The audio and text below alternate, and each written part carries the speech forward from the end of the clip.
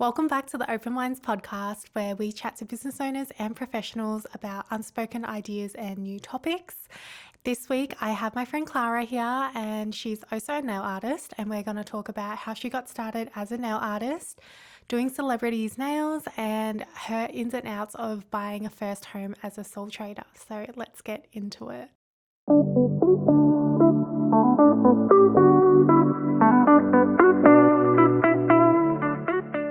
Hi Clara, how are you going today? Good. How are you? This is actually the first time that we've met, Yes. but we've spoken online a lot, haven't we? Yep, we have. You are what I would say one of the OG nail artists in Melbourne. I feel like you've been around for a long time, even when I first started doing nails. I didn't know any nail artists. And then once I started looking on Instagram, I was like, oh my God, who is this person? She's in Melbourne. Like, I just found you so talented. How did you get into nails? Oh, gosh, that's a long story. But essentially, I was just an art school dropout, essentially. Yeah. And it was during one of the term breaks that I decided, you know what, I'm just going to learn something different. I want to do something, I want to earn some money and learn something I can do something creative with and a little bit of pocket money on the side. And then nails at that time was just, this was back in Singapore, by the way.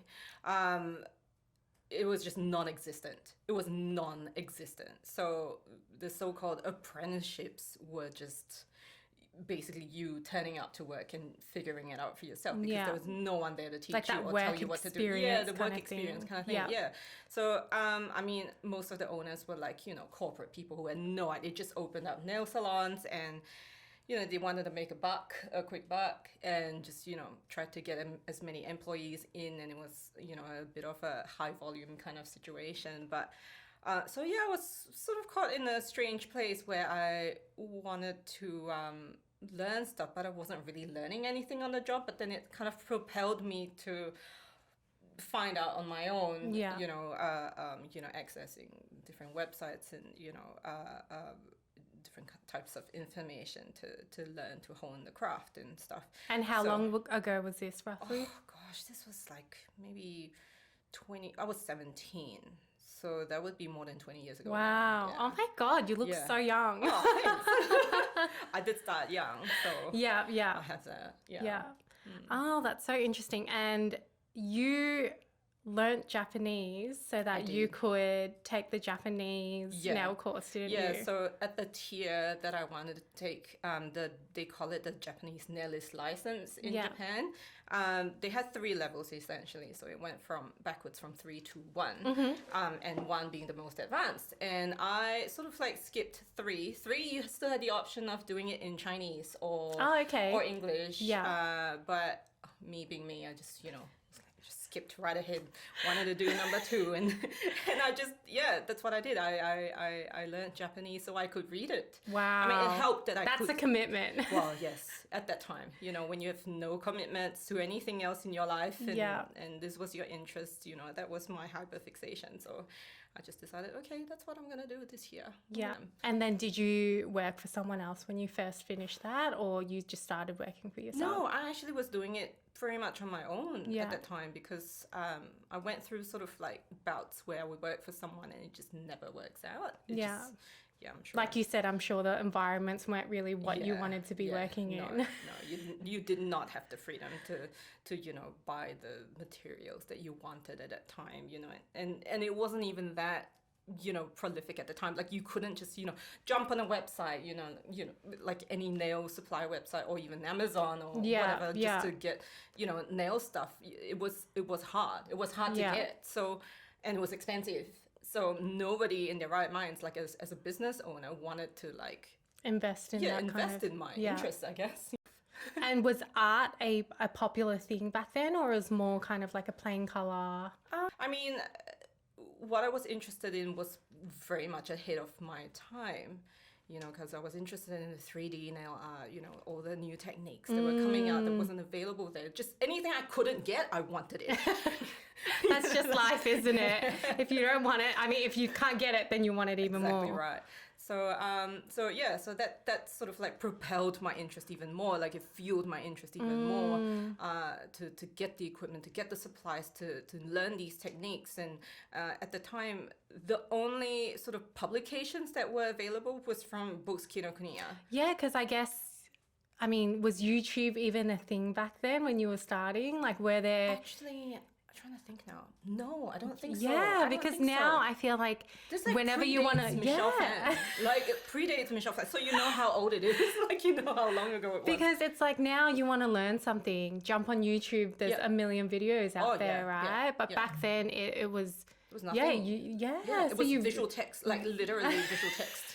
It was just like a whole body of text and how to do a manicure, how to do a pedicure, you know. Yeah. Now you've mentioned that you're from Singapore. My parents are from Singapore too. Oh really? And I did not know that. For some reason, I thought you were Vietnamese.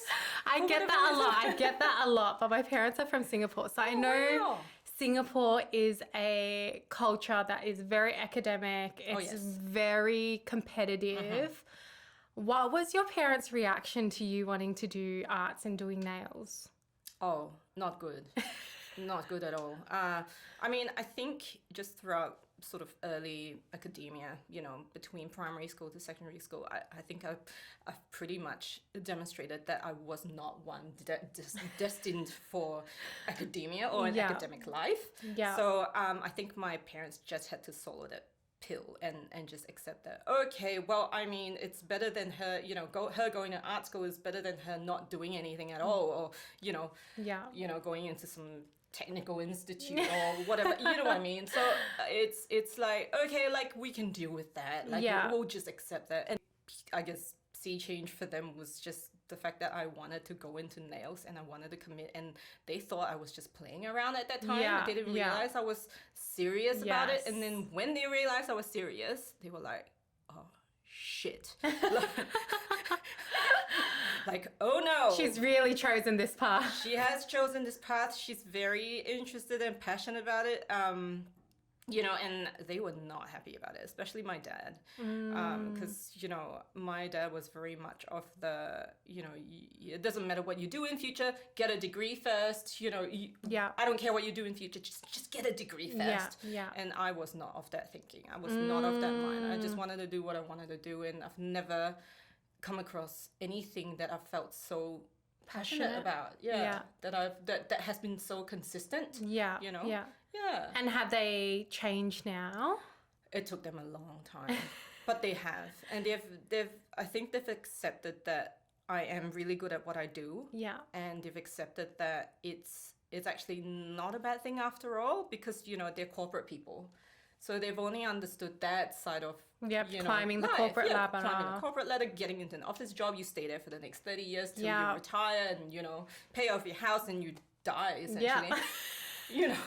So I took such a different route, which was so unfamiliar and dangerous to them, you know, because they're like, oh, you need to buy the house, you need to have a degree, you need to have a good job, you need to be able to stick to your job for the next 20 years. So I did none of that. I had no interest in any of that. I just wanted to do nails. And my dad was just so frightened at the prospect of me just being this failure who was just like scrubbing feet for people. In his words, it was just like, you've got good hands and feet, why do you have to go scrub other people's feet? And it's like they don't understand what you do. No, they do not. They just see it as like menial labor, just like, why are you scrubbing people's feet? Like, you know, I didn't bring you up and put you through education. School and stuff. Exactly, you know. You're never going to make a living. Yep. I was very much the same. So I was working an admin role prior to doing nails, and then I was like, I don't enjoy this. I need the creativity back in my life. So I started doing my nail course, and my mum knew I was doing the nail course, and I think she thought maybe it's a hobby for her. And when I quit my job to start the business, I actually didn't tell her because I was scared. I was already scared about starting a business. And I knew that she would throw this negativity into me, not wanting to harm me, but more she would have scared. She was scared as well. She'd be like, why are you leaving, you know, like a stable income to do this, you know, and she was always about, oh, you're going to be around chemicals, you're breathing in, you know, this and that. Yeah, there was a concern as well. Yeah, big time. Yeah. And it wasn't until a few months in that I told her, and she was just like, oh, well, I wish you the best. And, you know, if you put your mind to something, then you will succeed at anything. Oh gosh, at least it only took you a few months. It took me about like 15 years. Oh, and I was just like, I was so shocked. And then I felt bad because I was like, oh, I should have given her a little bit of, you know, even months in, especially now when I've got a sore neck and a sore shoulder, she's like, you know, is it time for you to change careers, this, that? But then she also sees me being really happy in what I do. And, you know, there was one day she said, I used to worry about you because you seemed like you didn't know where you were going in life. And now I see that you can make a stable income and you're happy and I can relax a bit more. And I think that was like her final kind of blessing, I guess, in a way, to say like, I'm happy for you and this is... You've proven to her that it's a viable like career. It's hard. I think it's hard coming out to Asian parents, ethnic parents, immigrant parents, where money was always really hard to make, and you have to take the best opportunity out there, and doing something you enjoy isn't the luxury that they had. So I think that's really difficult for a lot of people. But I think at the end of the day, your parents will be happy for you if they see that you're happy, right? Yeah. Like, it might take a little while. Well, it took me about 15 years. A few years ago, you did KATY Perry's nails, is that did, right? Yeah. Oh, gosh, this was how many years ago now? I think anywhere between 6 to 8 years. And around there. how did that job opportunity come to you?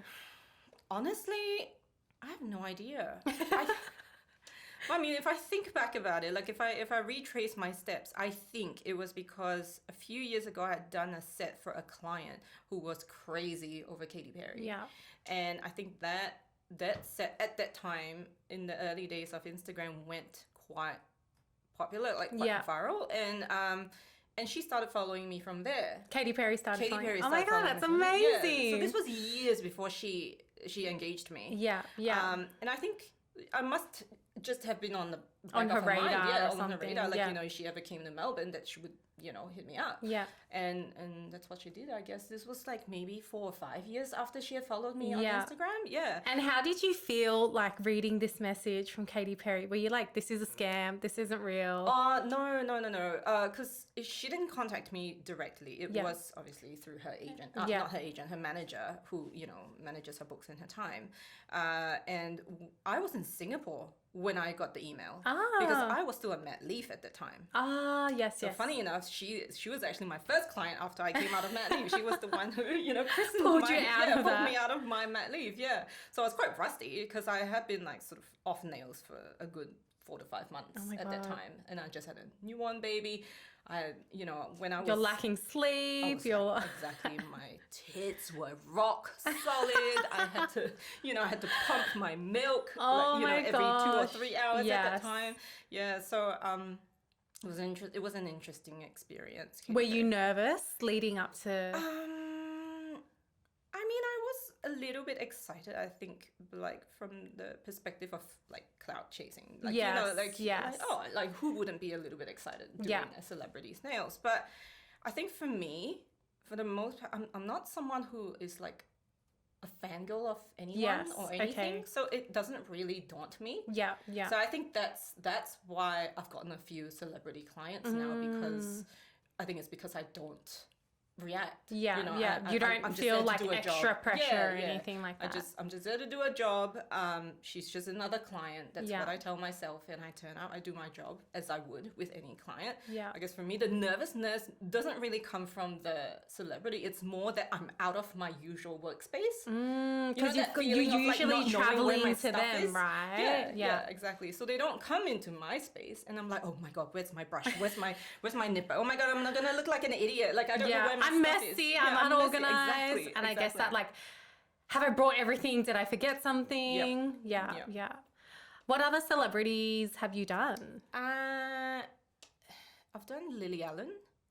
Well, KATY Perry, obviously. Yeah. And I've done Delta Goodrem. Wow. My first ever big celebrity was Serena Williams.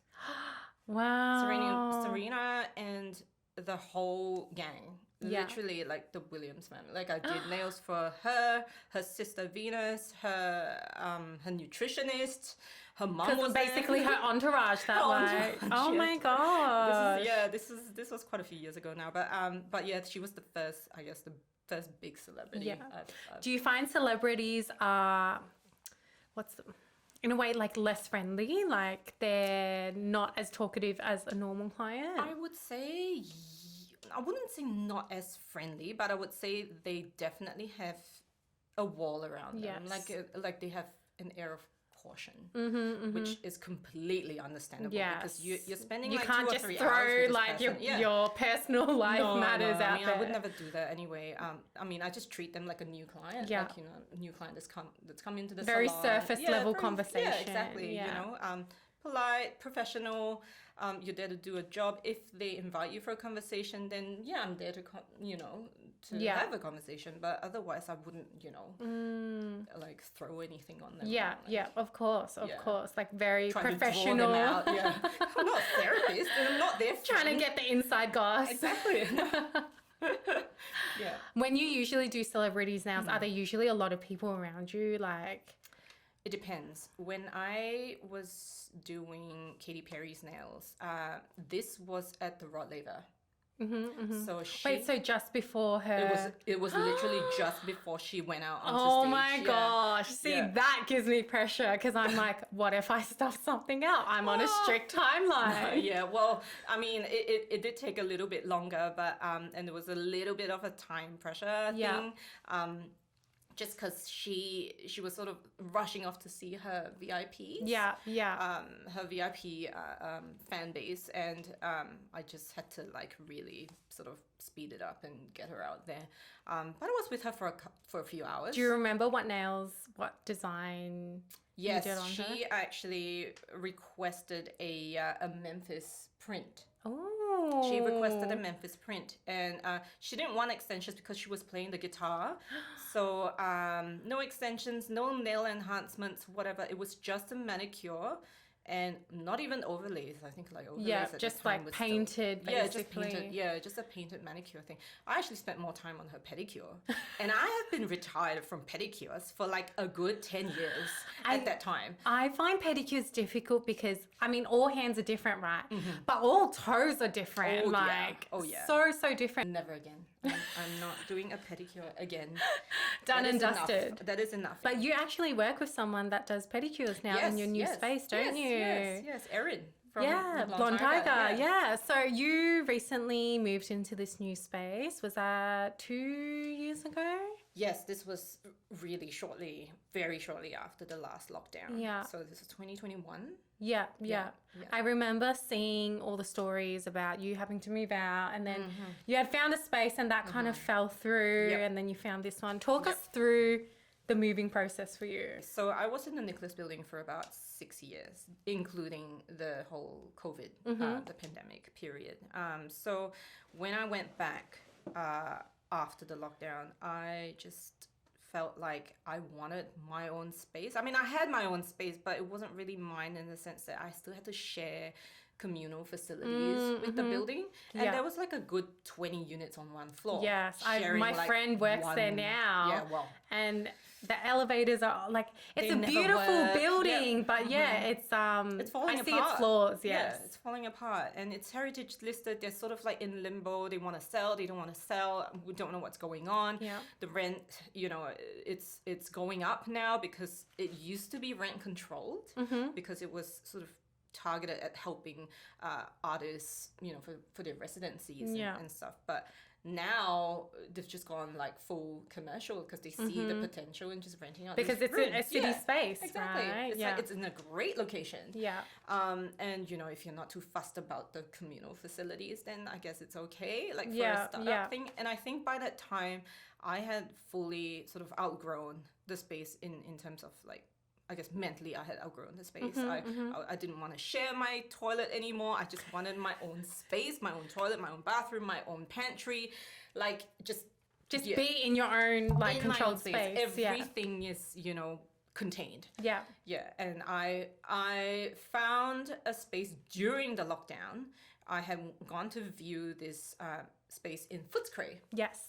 and all I guess was kind of going well. And on hindsight, it was a good thing it fell through because the agent wasn't very good. Yes. Everything happens for a reason. Yeah, she wasn't responsive and blah blah blah, whatever. Anyway, it fell through, and I pulled out of it. I just said, you know what, like this is not a good sign. Yes. If you're not even being responsive before I sign the contract, I cannot imagine what's going to happen if I have issues. Yeah. Yeah, and once I've signed the contract and I have issues, And I'm already locked in. Yeah. Exactly. So, you know, I don't want to be caught in that space where I don't have a choice and I'm trapped. So, I told myself, look, I'm going to give myself one more opportunity to find another space if I can. And otherwise, I'll just think of something else to do. Yeah. You know, I was at a point where I was like, I'm sick of this. Like, I don't want to, you know, keep looking for spaces or, you know, keep having to go through that process. And because it's a tedious process, isn't it? It is. Yeah. And not to mention like the money spent as well, because by that point, we'd gotten to a point where I had actually hired a lawyer to read the contract. So I had to like, even though the deal fell through, I had to pay money the lawyer. wasted, Yeah, exactly. right? Yeah. And then I found the Brunswick space. And this was also, again, during lockdown. And I couldn't even view the space. It wasn't until there was like a blip in between where we could kind of leave for a little bit. And I can't remember what it was now. I've blocked it out. But like we could leave. And I just like went out, straight out. I rode my bike. It wasn't that far. It wasn't that far from where I used to live. Yeah. So I just rode my bike out. I was like, okay, let's go and, you know, view this place. And when I stepped in, I was like, that's it. It's mine. Like I want you this feel space. like, yes, I envision myself building something It here, ticked right? all my boxes. It barely needed any work. Yeah. In contrast, the why I said it was a good thing the Footscray one fell through was because that was a shell. Like it was. You had to shell. put everything. Walls, ceilings, everything. And this place was just done. Yeah. I could just like, it was just move-in condition, you know. And it had a pantry. It had, you know, a bathroom, and it was just great. So, and it even had a balcony. Was there a previous business there? There was. It wasn't a beauty business, so I had to do up the space according to council regulations because it wasn't in place at the time. It was just an office. I think maybe in architecture. Was there carpet that you had to get rid of? No, that wasn't. It was a good one. concrete. It was concrete. Yeah, so that was great. I saved so much money just moving into that space, not having to do much work to it. Really, all I had to do was install the sink. For a council. Which is so annoying because it's like you can walk a couple of extra steps to the toilet. Exactly. And then, you can't use the bathroom sink because it's a different, you know, classification. You need to have a hand washing sink. You need to have a tool washing sink. You have to have like a kitchen sink. The kitchen sink is for the kitchen. Different. Yep. Yeah. Exactly. So they all have their own purpose. So in this small 60 square meter space, I have like 4 sinks. It's but you know what? You've created this dream space for yourself, right? Yeah, I have. Yeah. That's I'm so sharing good. it with someone else who, you know, can provide a different set of skill and service that you don't want to do. Yeah, that I don't want to do. Exactly. It was just like a match made in heaven. If you had a piece of advice to give young 17-year-old Clara, what would it be? Oh gosh. Let's not limit it to one. What do you wish you knew as a 17-year-old coming into this career? I wish I knew I had ADHD. Yeah. I wish. When were you diagnosed with that? This year. Ah. Yeah, I was diagnosed earlier this year. Coming back to 17-year-old Clara, I wish I knew, and I wish I could have been given some tools or strategies to better manage my business and my interests and my passion. I feel like I could have been a lot more I guess commercially successful if I had followed through on all the things that I wanted to do.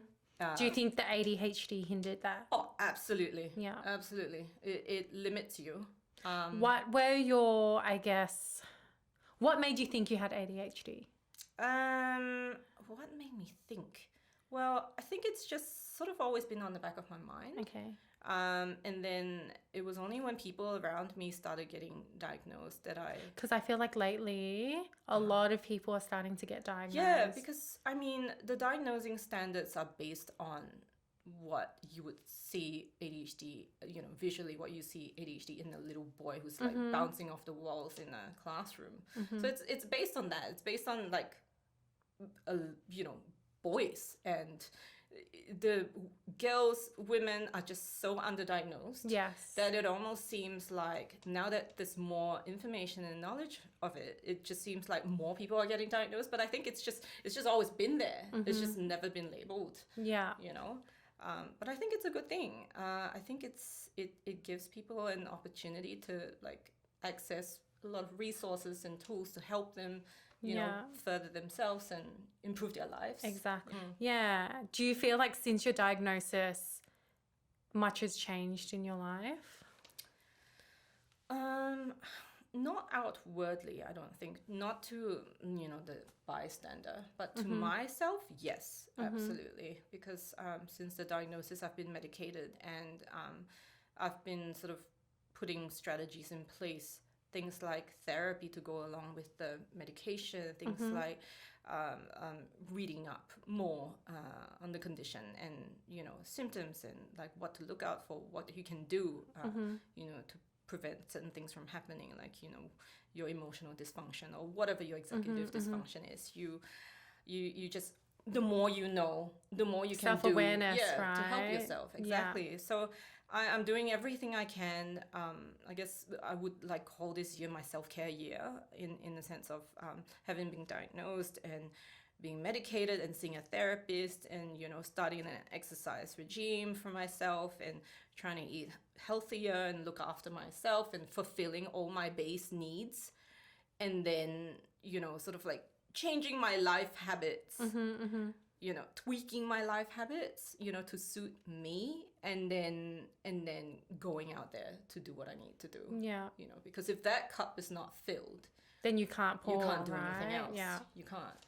Do you feel like even though you are going through therapy and medication, that there's days that are still hard? Yeah, absolutely.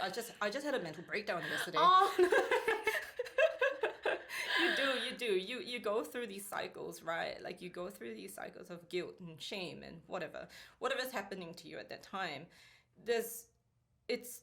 Medication is not, ADHD medication is not a magic pill. Yeah. Obviously, you do it in conjunction with therapy and all these strategies, but you're still human. You're still a person who feels feelings. It's not like you stop feeling these things. Yeah. It helps a little bit. It helps you function better. But as opposed to not having these tools, you might crash even more. Like maybe it's just like an aid, right? Like yes, it helps it is an everything. aid. Yeah, it's an aid, definitely. Well, thank you for sharing that with us, Clara. No problem.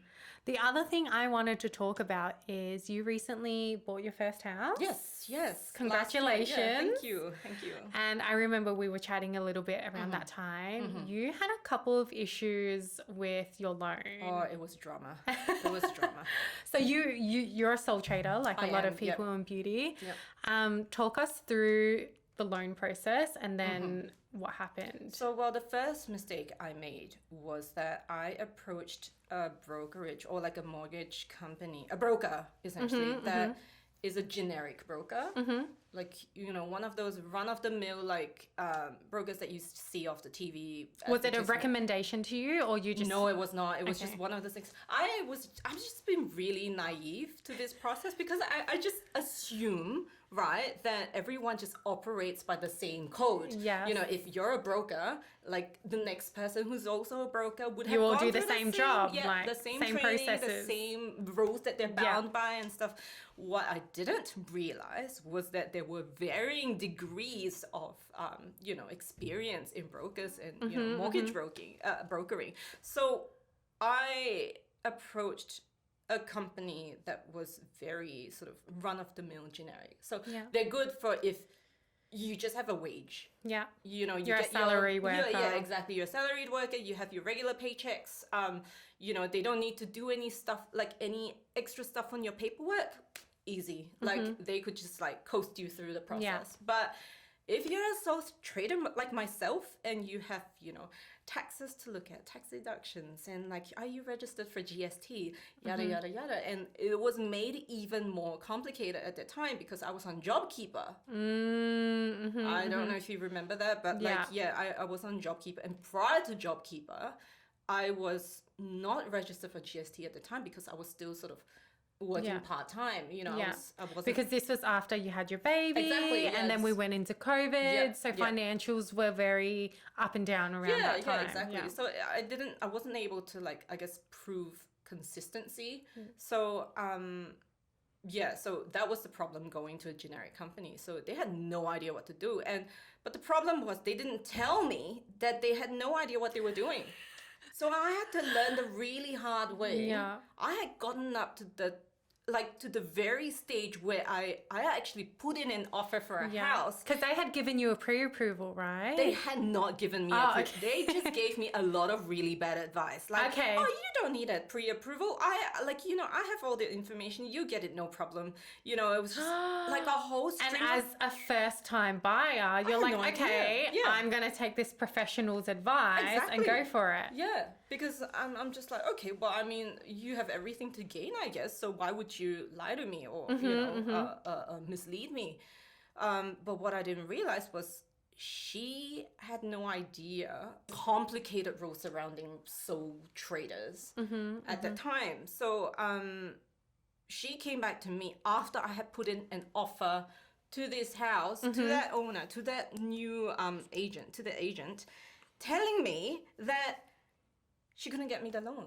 And there is a time frame as well for you to, like, once you put in an offer, there's a time frame for you to, do the whole cooling off period. Yeah, the cooling off period, exactly. And she just basically turned around, like, in a nutshell, turned around and said, oh, I'm so sorry, like, nobody wants to lend you money. The stress, like, I'm feeling stress for you right now. You have no idea. Just like talking about this, like, I can feel the stress just... Oh my gosh. So how did you overcome that? I was really, really, really lucky. I got through this by the skin of my teeth because I was so desperate at this time because we would have lost money if we couldn't follow through with this offer. And I remember you telling me I found the perfect house. I love it. Yeah. You were perfect. like, it was perfect. Look at the backyard. Yeah. Like... It was literally like the same feeling I got when I saw my nail space. Yes. I was just like, yes, it ticks all the boxes. It's going to be an intergenerational house. Like, it's great. Yeah. Like, it's, my parents can live there, separate living and blah, blah, blah, whatever. It was great. It was the perfect house for us. And I didn't want to let it go. And it was actually the first house that I viewed. I didn't even bother viewing any other house. It was just the first house I viewed, and it ticked all the boxes. First sight. Yep. And it was just like, yep, this is it. Like, we're just gonna go for this. And then the broker let me down, and I had to resort to social media, believe it or not, to find out if anyone knew someone who could save my ass. Yeah. And so I essentially put a post out there, which is probably the period of time that you saw the drama going on. I was like, does anyone know anyone who can help me, who is save me, please, and save me? And my like financial literacy at that time was still like not great, right? And do you think the ADHD was like part of that? 120%. Like it's just like the no interest in finances and like financial talk is just like. And funny because did you study anything financial in the past? I actually did. Embarrassingly enough, I did a business course, and I was actually really good at my accounting module. But it just wasn't interesting enough for me. I was just like, this is so losing boring. focus. I will die doing this. But I reached out on social media because I was desperate by this point. I was like, I need someone who can save my ass.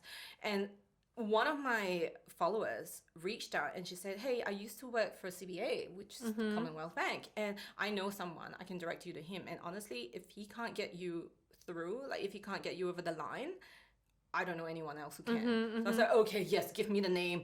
And she passed on his contact, and he is just amazing. Like, Lin is his name. Lin Pham. Oh my God. He saved us from calamity because he managed to just scrape us through. He found us a loan with a pretty good rate at that time. Yeah. You know, it wasn't even just, you know, the previous company.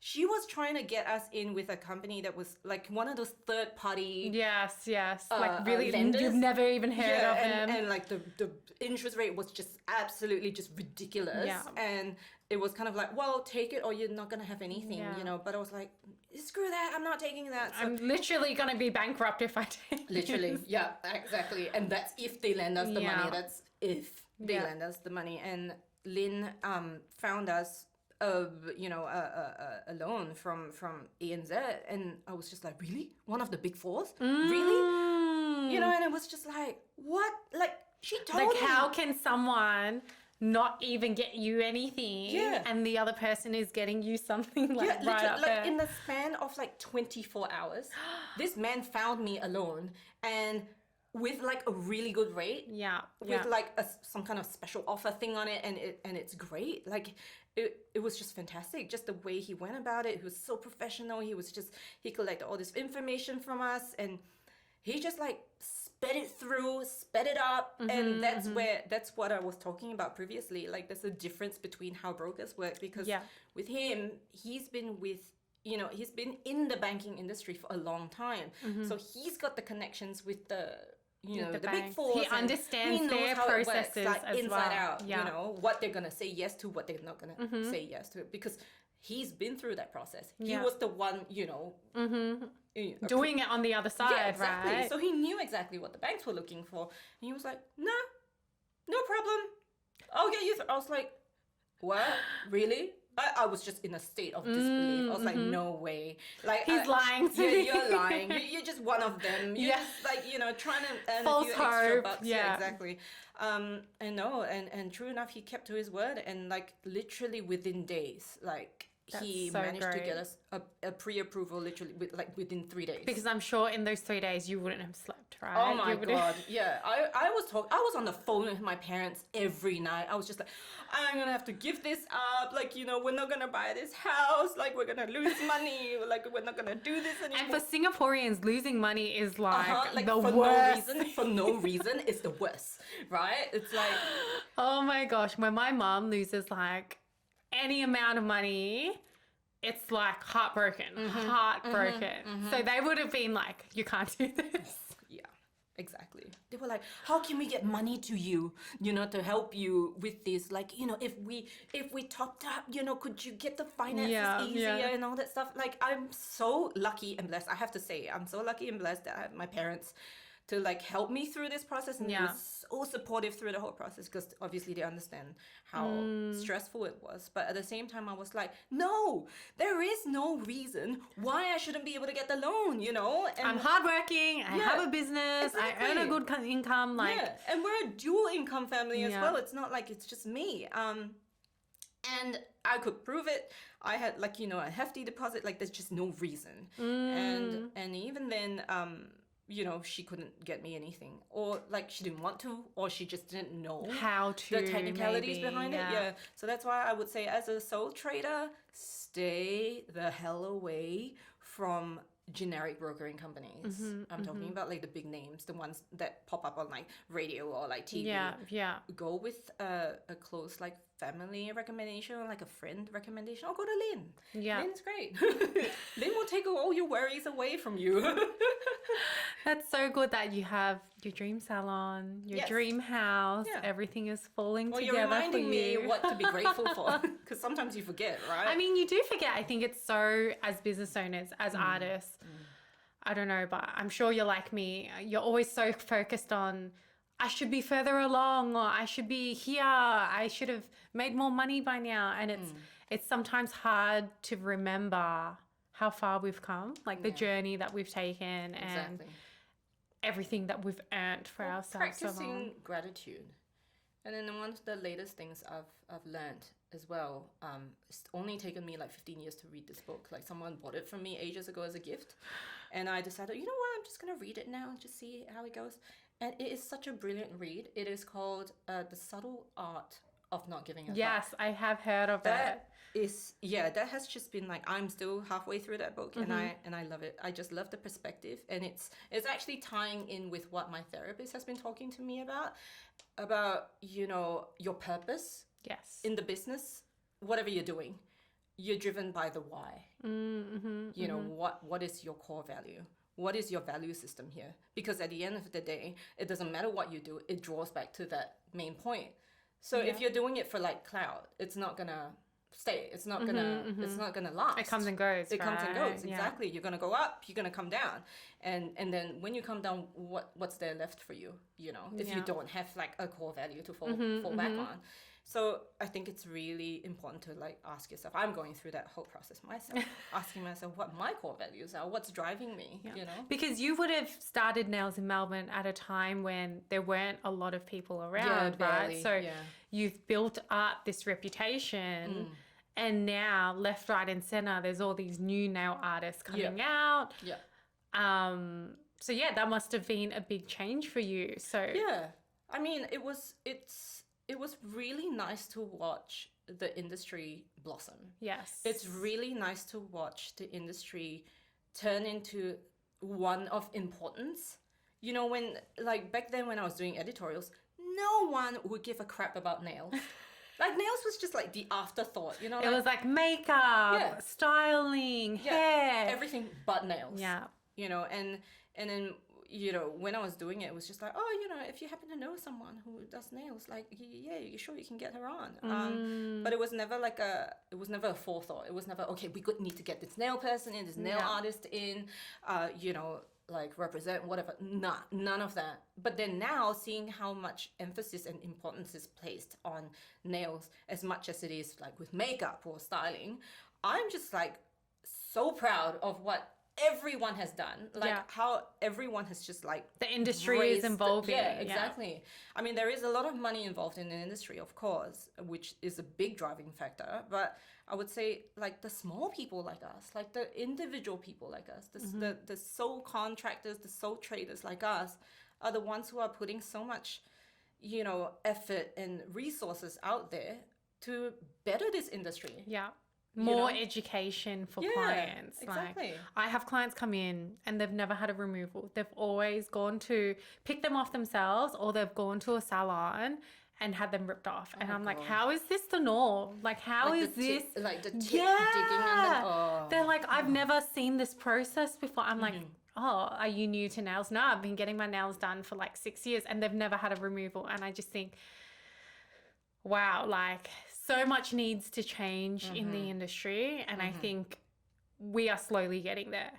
We are evolving. And I think it's people like us, these independent nail techs that are coming out, people that are actually care about the industry and not just there to make money, right? People that care are the ones that are pushing, bad habits out. Because I think it's when there's more independent nail techs doing the right thing, doing quality work, then why would clients still choose to go to these high volume salons when they're not even that cheap anymore? You know what I mean? I'm hearing people paying $180 for a gel mani and pedi at a high volume salon where there's probably still dead skin on the pedicure chair from the person before, right?